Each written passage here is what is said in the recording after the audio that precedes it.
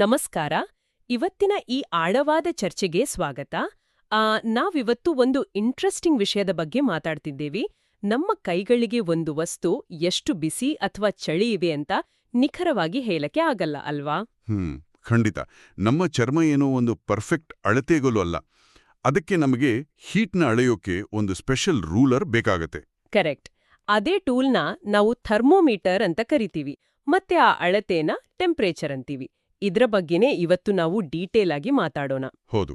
ಏನಂದ್ರೆ ಟೆಂಪರೇಚರ್ ಅಂದ್ರೆ ಒಂದು ವಸ್ತು ಎಷ್ಟು ಬಿಸಿ ಅಥವಾ ತಂಪಾಗಿದೆ ಅನ್ನೋದರ ನ್ಯೂಮರಿಕಲ್ ಅಳತೆ. ಇಲ್ಲಿ ಒಂದು ಮುಖ್ಯವಾದ ನಿಯಮ ಇದೆ ಗೊತ್ತಾ? ಏನ್ ನಿಯಮ ಅದು? ಎರಡು ವಸ್ತುಗಳ ಮಧ್ಯೆ ಟೆಂಪರೇಚರ್ ಡಿಫರೆನ್ಸ್ ಇದ್ರೆ ಹೀಟ್ ಯಾವಾಗ್ಲೂ ಆ ಬಿಸಿಯಾದ ವಸ್ತುವಿನಿಂದ ತಂಪಾದ ವಸ್ತುವಿನ ಕಡೆಗೆ ಹರಿಯುತ್ತೆ.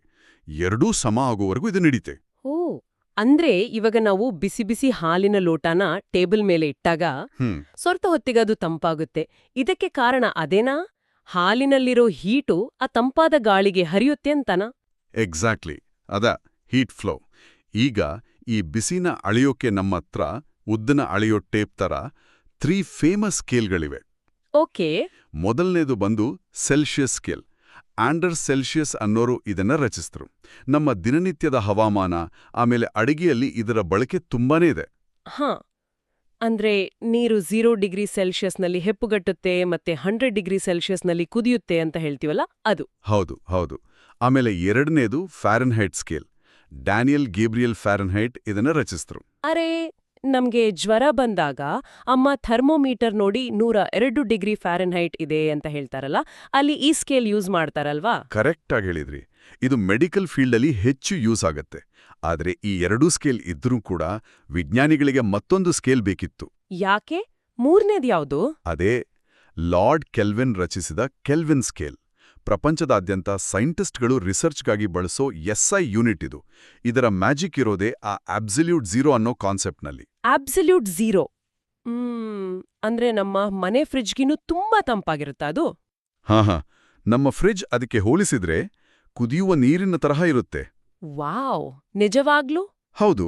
ಅಬ್ಸಲ್ಯೂಟ್ ಝೀರೋ ಎಷ್ಟು ಭಯಂಕರ ತಂಪಾಗಿರುತ್ತೆ ಅಂದ್ರೆ ಆ ಟೈಮ್ನಲ್ಲಿ ಪ್ರತಿಯೊಂದು ವಸ್ತುವಿನ ಒಳಗಿನ ಚಲನೆ ಸಂಪೂರ್ಣವಾಗಿ ನಿಂತೋಗತ್ತೆ. ಅಂದ್ರೆ ಯಾವುದೇ ಎನರ್ಜಿ ಉಳ್ದಿರಲ್ವಾ? ಎಲ್ಲವೂ ಫ್ರೀಸ್ ಆಗ್ಬಿಡುತ್ತಾ? ಖಂಡಿತ. ಅಲ್ಲಿ ಚಲನೆ ಇರಲ್ಲ. ಇನ್ನೊಂದು ಸ್ಪೆಷಲ್ ವಿಷಯ ಏನಂದ್ರೆ ಸೆಲ್ಸಿಯಸ್ ಮತ್ತು ಫ್ಯಾರನ್ಹೈಟ್ಗೆ ನಾವು ಡಿಗ್ರಿ ಸಿಂಬಲ್ ಬಳಸ್ತೀವಿ. ಆದ್ರೆ ಕೆಲ್ವಿನ್ಗೆ ಡಿಗ್ರಿ ಬಳಸಲ್ಲ, ಬರೀ ಕ್ಯಾಪಿಟಲ್ K ಅಂತ ಬರಿತೀವಿ. ಓಕೆ, ಅರ್ಥ ಆಯ್ತು. ಹಾಗಾದ್ರೆ ನಾವು ಸೆಲ್ಸಿಯಸ್ಸಿಂದ ಕೆಲ್ವಿನ್ಗೆ ಕನ್ವರ್ಟ್ ಮಾಡೋದು ಹೇಗೆ? ಈಗ normal room temperature 27 degree Celsius ಇದೆ ಅಂದ್ಕೊಳ್ಳಿ. ಅದು ಕೆಲ್ವಿನ್ನಲ್ಲಿ ಎಷ್ಟಾಗುತ್ತೆ? ಕನ್ವರ್ಷನ್ ತುಂಬಾ simple. K equals degree Celsius plus 273.15. ಅಂದ್ರೆ ಬರೀ 273.15ನ ಕೂಡಿಸ್ಬೇಕಾ? ಹೌದು. ಈಗ 27 ಡಿಗ್ರಿ ಸೆಲ್ಸಿಯಸ್ಗೆ 273.15 ಸೇರ್ಸಿದ್ರೆ ಅದು 300.15 K ಆಗುತ್ತೆ. ಯೂನಿಟ್ನ ಕೆಲ್ವಿನ್ ಅಂತ ಸ್ಮಾಲ್ ಲೆಟರ್ಸಲ್ಲಿ ಬರೆದ್ರೂ ಸಿಂಬಲ್ ಯಾವಾಗಲೂ ಕ್ಯಾಪಿಟಲ್ Kನೇ ಇರುತ್ತೆ. ಈ ಲೆಕ್ಕಾಚಾರದಿಂದ ಒಂದು ದೊಡ್ಡ ಚಿತ್ರಣ ಸಿಗ್ತಿದೆ.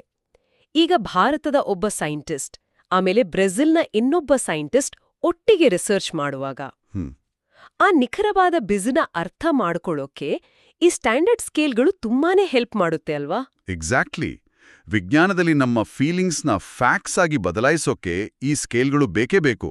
ಅದ್ಭುತ. ಈಗ ಈ ಚರ್ಚೆನ ಮುಗಿಸೋ ಮುನ್ನ ಇದನ್ನ ಕೇಳ್ತಿರೋರ್ಗೆ ಒಂದು ಕುತೂಹಲಕಾರಿ ಪ್ರಶ್ನೆ. ಖಂಡಿತ ಕೇಳಿ. ಟೆಂಪರೇಚರ್ ಸ್ಕೇಲ್ಗಳು ಹೀಟ್ನ